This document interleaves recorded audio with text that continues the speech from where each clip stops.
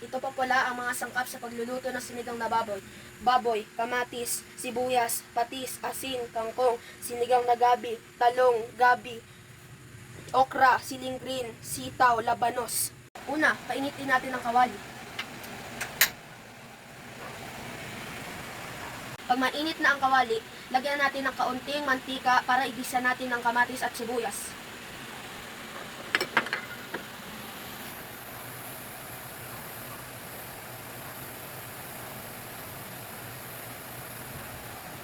Pag mainit na ang mantika, igisa natin ang sibuyas at kamatis.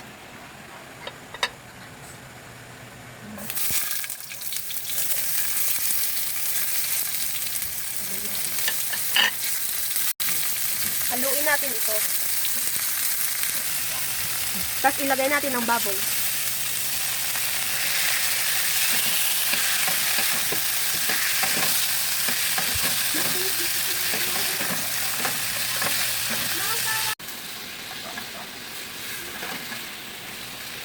Lagyan natin ito ng patis para ma-absorb ng baboy lagyan natin ito ng patis para ma-absorb ng baboy at magkaroon ng lasa.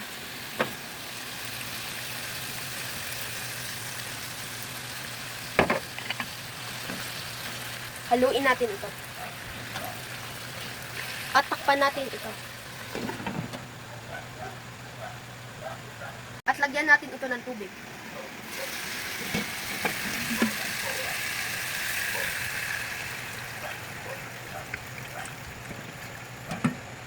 At hintayin natin itong kumulo. Pag kumulo na, ilagay na natin ang gabi.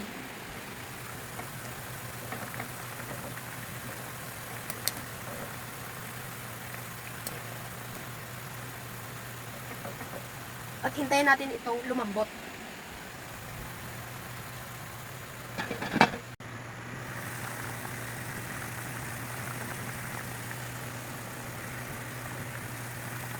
At sunod, ilagay natin ang labanos.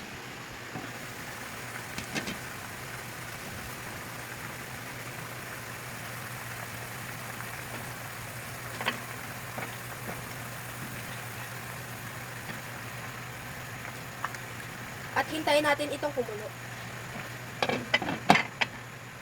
At sunod, lagyan natin ito ng pampalasa.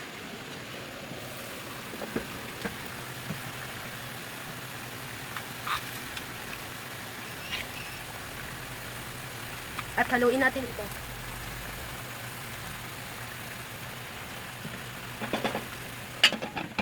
Sunod, ilagay pa natin ang iba pang mga gulay.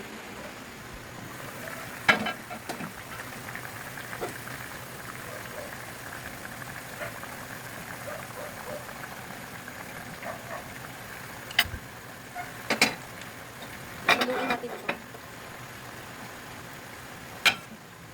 Sunod, ilagay natin ang sinigang na gabi mix. At haluin natin ito.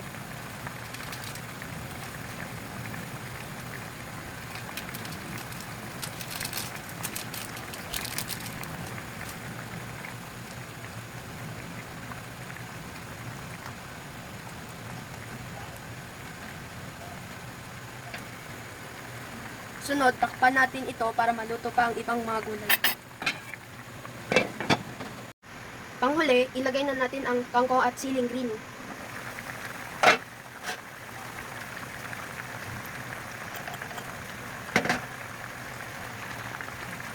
At haluin natin ito. At luto na ang ating sinigang na baboy.